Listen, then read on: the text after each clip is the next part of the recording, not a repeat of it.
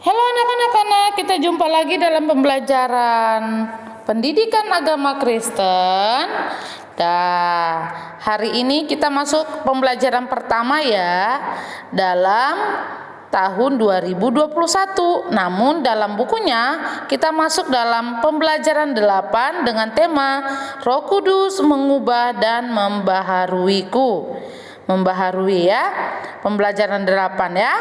Oke, sebelum kita masuk dalam pembelajaran kita hari ini, mari kita awali dengan berdoa.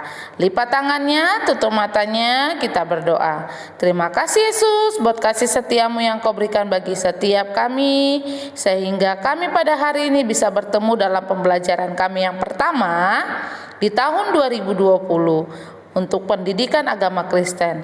Lindungi, berkati, dan beri hikmat bagi setiap kami sehingga kami bisa mengerti, menangkap, bahkan menyelesaikan tugas yang diberikan. Hanya dalam nama Tuhan Yesus kami berdoa. Amin. Baik. Nah, sebelum kita masuk dalam pembelajaran kita, anak-anak jangan lupa untuk baca Alkitab dulu ya, literasi dalam Yesaya pasal 32 ayat 15 sampai ayatnya yang ke-20. Ya, jadi literasinya dibaca ya sebelum masuk dalam pembelajaran 8. Baik, dalam pembelajaran 8 kita akan mempelajari studi kasus dengan tema kita Roh Kudus mengubah dan membaharui. Nah, studi kasusnya seperti ini. Kehidupan manusia selalu berganti atau dinamis, tidak selamanya sama atau menetap dari waktu ke waktu.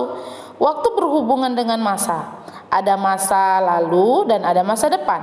Perubahan demi perubahan pasti dialami manusia. Ada perubahan hidup menjadi jahat, ada juga perubahan hidup menjadi lebih baik. Nah, dalam bagian pendahuluan, siswa akan membaca dan menyimak cerita ulat menjadi kupu-kupu. Kemudian siswa dapat mengambil makna arti dalam cerita tersebut. Nah, berbicara tentang cerita ulat menjadi kupu-kupu, anak-anak pasti sudah pernah mendengar atau membaca cerita ini, bahwa seekor ulat dia akan berubah menjadi kupu-kupu, bermetamorfosis menjadi kupu-kupu. Itu tidak gampang. Dia akan mengalami fase-fase demi fase, sehingga terciptalah ia menjadi kupu-kupu yang sempurna. Begitu juga dengan anak-anak. Nah, di sini kita akan mempelajari ketika anak-anak mau diubah dan mau diperbaharui oleh Roh Kudus, sehingga anak-anak bisa menjadi manusia yang baru. Manusia yang baru ini bukan berarti berubah menjadi satria baja hitam, bukan. Tetapi manusia baru ini berarti itu meninggalkan sifat-sifat yang jelek, yang buruk, sehingga menjadi sosok yang berubah. Nah, materi kita hari ini itu dalam pembelajaran apa? Kita akan belajar A. Contoh sosok dengan hidup yang berubah. B. Arti Roh Kudus. C. Peran Roh Kudus. D. Roh Kudus dalam proses pertobatan. Jadi ada 4 pembelajaran ini, 4 materi ini yang akan kita pelajari di pembelajaran 8. Kita masuk pertama dalam materi contoh sosok dengan hidup yang berubah. Nah, tahukah anak-anak, ada satu hal yang dimiliki oleh setiap orang yang hidupnya ada di atas muka bumi. Ayo, apa? Bukan benda atau materi. Nah, melainkan waktu. Tidak ada seorang pun yang tidak memiliki waktu. Sejak lahir di dunia, manusia dikuasai oleh waktu. Jadi, ada atau tidak adanya seorang pun yang dapat tidak ada seorang pun yang dapat melepaskan diri dari waktu. Nah, tetapi secara umum waktu dapat dibagi menjadi 3 jenis, yaitu waktu lampau atau lalu, waktu sekarang, dan waktu yang akan datang. Ya, masing-masing waktu mempunyai peran besar dalam kehidupan manusia. Dari pembagian waktu ada 2 macam, yaitu sikap hidup manusianya, hidup lama dan hidup baru. Hidup lama adalah kehidupan yang sudah kita lewati. Nah, dan hidup baru adalah hidup yang akan kita lalui, yang akan kita jalani ketika kita sudah meninggalkan hidup yang lama. Nah, seperti apa hidup kita yang lama? Nah, seperti apa hidup kita yang lama? Coba. Hidup kita yang dahulu itu penuh dosa loh. Yaitu apa? Ada iri hati, ada sombong, mau menang sendiri. Ada yang egois, marah, berani terhadap orang tua, melawan orang tua, tidak taat, pendendam, suka mengejek, tidak pernah beribadah, apalagi berdoa. Nah, semua sikap dan perbuatan itu harus anak-anak atau harus kita sebagai manusia tinggalkan. Karena apa? Karena kita harus berubah. Dalam kehidupan sekarang dan yang akan datang, kita harus berubah lebih baik. Nah, hidup berarti bagi Tuhan dan sesama. Nah, ada contoh-contoh. Kita bisa lihat nih dalam Galatia 5 ayat 19 sampai 21. Perbuatan daging telah nyata, yaitu percabulan, kecemaran, hawa nafsu, penyembahan berhala, sihir, perseteruan, perselisihan, iri hati, amarah, kepentingan diri sendiri, percideraian, roh pemecah, kedengkian, kemabukan, pesta pora dan sebagainya. Terhadap semuanya itu kuperingatkan kepadamu, seperti yang telah kubuat dahulu, bahwa barang siapa melakukan hal-hal yang demikian, ia tidak akan mendapat bagian dalam kerajaan Allah. Nah, kita mau lihat, hidup baru berarti memulai kehidupan yang berarti dalam Kristus Yesus, yaitu masuk dalam kehidupan yang baru. Nah, berarti suatu keadaan di mana kehidupannya sudah berubah dan tidak sama seperti sebelumnya. Ada contoh 2 tokoh hidup baru yang kita pelajari dalam pembelajaran 8 ini. Yang pertama Simon Petrus. Siapa sih yang tidak kenal Simon Petrus? Mi sudah berulang kali mengajarkan tentang sosok Simon Petrus. Nah, Simon Petrus adalah murid yang selalu bersama dengan Tuhan Yesus. Namun, saat Tuhan Yesus ditangkap dan hendak disalibkan, Simon Petrus menyangkal atau tidak mengakui sampai 3 kali bahwa ia adalah murid Tuhan Yesus. Dia tidak mengakui bahwa dia murid ya, dia menyangkal. Itu tertulis dalam Matius pasal 26 ayat 69 sampai 75. Namun kemudian sikap Simon Petrus itu berubah. Dia berubah menjadi seorang yang berani memberitakan siapa Tuhan Yesus. Nah, dia menjadi pemberita Injil sehingga sampai 3.000 orang bertobat menjadi percaya dan dibaptis. Itu bisa anak-anak lihat ceritanya dalam Kisah Para Rasul pasal 2 ayatnya yang ke-22. Lalu tokoh yang kedua adalah Rasul Paulus. Nah, tokoh ini juga nggak asing lagi ya. Selalu misinfokan tentang tokoh ini. Nah, Rasul Paulus sebelum bertobat namanya bukan Rasul Paulus. Sebelum bertobat namanya adalah Saulus. Saulus adalah seorang yang membenci, mengancam, bahkan membunuh murid-murid Tuhan Yesus dan umat Kristen. Ia mempunyai surat kuasa untuk menangkap orang-orang yang mengikut jalan Tuhan. Tetapi dalam perjalanannya ke Damsyik, tiba-tiba datang cahaya yang membutakan matanya. Setelah bertobat, nama Saulus berubah menjadi Paulus. Dalam Kisah Para Rasul 9 ayat pertama sampai ayatnya yang ke-19. Hidupnya berubah. Paulus berani memberitakan tentang keselamatan dalam Tuhan Yesus. Dan bahkan ia menjadi pekabar Injil terbesar dalam perjanjian baru. Nah, pertanyaan yang mau Miss tanyakan kepada kita semua, bagaimana dengan kita? Seperti apa sih hidup kita yang lalu? Nah, hidup itu seperti apa yang kita harapkan untuk masa yang akan datang? Setiap orang dapat mengubah cara hidupnya, terutama orang yang percaya kepada Tuhan Yesus Kristus. Kita tidak dapat berubah dengan sendirinya. Kita memerlukan Roh Kudus untuk mengubah hidup kita. Lalu pertanyaannya, apa itu Roh Kudus? Apa itu Roh Kudus? Ya, coba lihat di halaman 105. Arti dari Roh Kudus. Arti dari Roh Kudus. Sebelum terangkat ke surga, Tuhan Yesus memberitakan ke-12 muridnya berkumpul di Galilea. Tuhan berjanji akan memberikan kuasa di surga dan di bumi, yaitu Roh Kudus yang akan menyertai murid-muridnya hingga kesudahan zaman. Murid-murid berkumpul di Yerusalem menantikan Roh Kudus. Roh Kudus turun dengan tanda-tanda suara seperti tiupan angin keras yang memenuhi seluruh rumah. Tampaklah kepada mereka lidah-lidah seperti nyala api yang bertebaran, dan mereka berkata-kata dalam bahasa lain atau bahasa roh. Nah, peristiwa turunnya Roh Kudus ini disebut Pentakosta.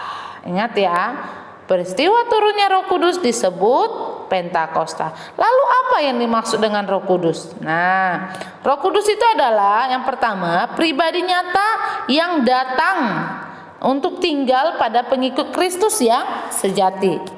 Yang kedua, Roh Kudus adalah Allah pribadi yang memiliki akal budi, perasaan, dan kehendak. Dalam Kisah Rasul pasalnya yang kelima ayat 3-4. Dan roh kebenaran, roh Tuhan Yesus, yaitu roh penghibur, dalam Yohanes pasal 4 ayat 24. Sehingga Roh Kudus merupakan roh Allah yang menolong, memimpin, menghibur, dan menjadi teman yang setia.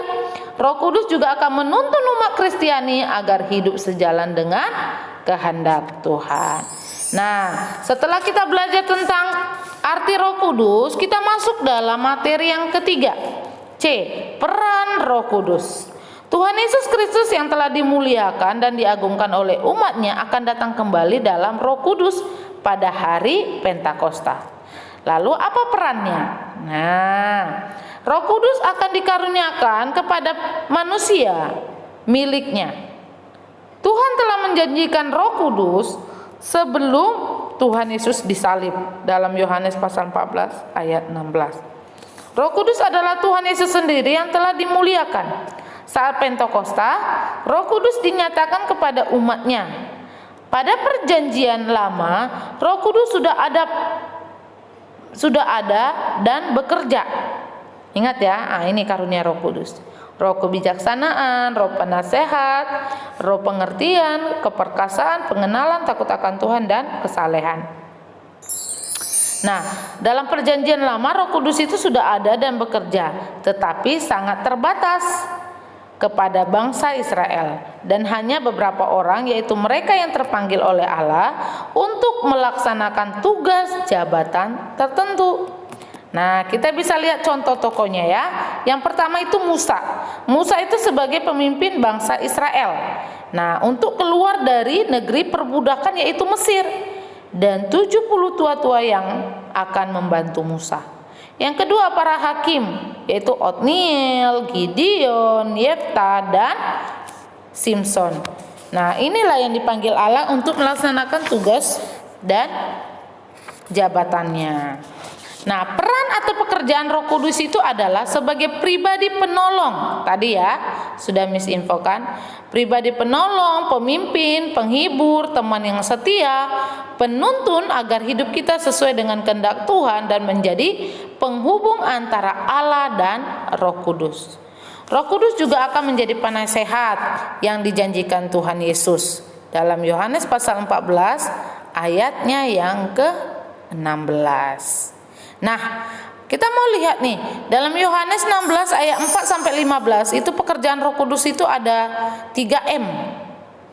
Nah, apa pekerjaan Roh Kudus yang 3M itu dalam Yohanes 16 ayat 4 sampai 15? Yang pertama itu adalah menginsafkan dunia. Menginsafkan dunia akan dosa karena mereka tidak percaya kepada Tuhan Yesus. Yang kedua, memberi pembenaran kepada Tuhan Yesus, pergi kepada Bapa, dan kita tidak melihat Tuhan Yesus lagi. Dan yang ketiga, memberi penghakiman karena penguasaan dunia atau iblis telah dihukum. Nah, pekerjaan Roh Kudus itu sangat banyak. Dalam kehidupan orang percaya, Roh Kudus melengkapi pelayanan, memberikan kecakapan, keahlian, memimpin, mengajar, mengingatkan orang percaya pada kebenaran, memberikan kekuatan secara jasmani dan rohani, juga mengilhami para nabi. Nah, materinya yang keempat yaitu Roh Kudus dalam proses pertobatan, ya. Roh Kudus dalam proses pertobatan. Kita kan sudah belajar nih tentang Roh Kudus dan peran atau pekerjaan Roh Kudus dalam kehidupan orang percaya. Sekarang apakah Roh Kudus juga memiliki peran terhadap orang yang belum percaya? Apa jawabannya? Ya, benar. Roh Kudus turut berperan dalam kehidupan orang yang belum percaya. Dalam arti orang yang dalam proses pertobatan. Ingat, kamu akan cerita pertobatan Saulus. Ingat cerita pertobatan Saulus? Saulus adalah orang yang sangat membenci pengikut Kristus, bukan? Nah, setelah bertobat, ia mengalami perubahan hidup yang luar biasa. Setelah mengikut Kristus, ia banyak mengalami penderitaan, baik secara fisik maupun rohani. Nah, disinilah peran Roh Kudus dalam proses pertobatan.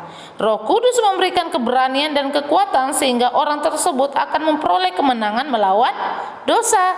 Roh Kudus mengubah orang berdosa menjadi serupa dengan gambar Allah, penuh dengan kemuliaan. Artinya, hidup orang yang dipenuhi Roh Kudus akan bermakna dan berarti bagi Tuhan dan sesama. Roh Kudus meyakinkan hati orang akan kebenaran Tuhan, betapa berdosanya manusia dan memerlukan pengampunan, serta Tuhan Yesus yang mati untuk menebus dosanya. Roh Kudus yang akan memimpin hati dan pikiran kita untuk menyesal atau bertobat serta berbalik kepada Tuhan. Nah, dengan memohon pengampunan dan mengalami hidup baru, Roh Kudus dalam proses pertobatannya tadi akan memberikan, akan memberikan keberanian dan kekuatan sehingga orang tersebut akan memperoleh kemenangan melawan dosa, mengubah orang berdosa menjadi serupa dengan gambar Allah dan penuh kemuliaan, meyakinkan hati orang dalam kebenaran Tuhan, dan memimpin hati dan pikiran kita untuk menyesal atau bertobat serta berbalik kepada Tuhan. Nah, ini Roh Kudus ya, proses pertobatannya ya. 4 itu. Lalu bagaimana dengan hidupmu? Bagaimana dengan hidup kita? Ya. Ketika kita sudah berbalik, apakah kamu memiliki kuasa Roh Kudus? Ingat, dalam kisah para rasul diceritakan, para rasul 5 ayat 1 sampai 11, diceritakan tentang Ananias dan Safira. Mereka mendapatkan hukuman karena mendustai Roh Kudus. Jadi kalau kita mendustai Roh Kudus, kita tidak akan dapat pengampunan. Jadi biarlah Roh Kudus dengan kuasanya dapat mengubah kehidupan kita bila kita mau mengundang Dia. Ya, coba introspeksi diri kita, apakah kita masih sering melakukan dosa? Jika iya, marilah bertobat dan mintalah Roh Kudus membimbing kehidupan kita supaya kita hidup kuat dalam segala pencobaan. Nah, penjelasan Alkitab dalam Roma pasal 15 ayat 19, Rasul Paulus mengatakan bahwa tanda-tanda ajaib dan mukjizat terjadi di seluruh negeri oleh kuasa Roh Kudus. Nah, kitab Roma itu ditulis oleh Paulus. Dan Roh Kudus memiliki kuasa yang besar dan hebat. Roh Kudus akan memberi kuasa dalam kehidupanmu jika kamu mau dan rela menyerahkan hidupmu kepada Roh Kudus. Lalu dalam kisah para rasul 1 ayat 8, Tuhan Yesus ditulis oleh Petrus, Tuhan Yesus menyuruh murid-muridnya tinggal di Yerusalem, sehingga mereka diperlengkapi dengan kuasa Roh Kudus. Kuasa Roh Kudus turun ke atas mereka. Petrus bersama ke-12 rasul dengan suara nyaring memberitakan bahwa Yesus telah disalib dan sudah bangkit dari maut.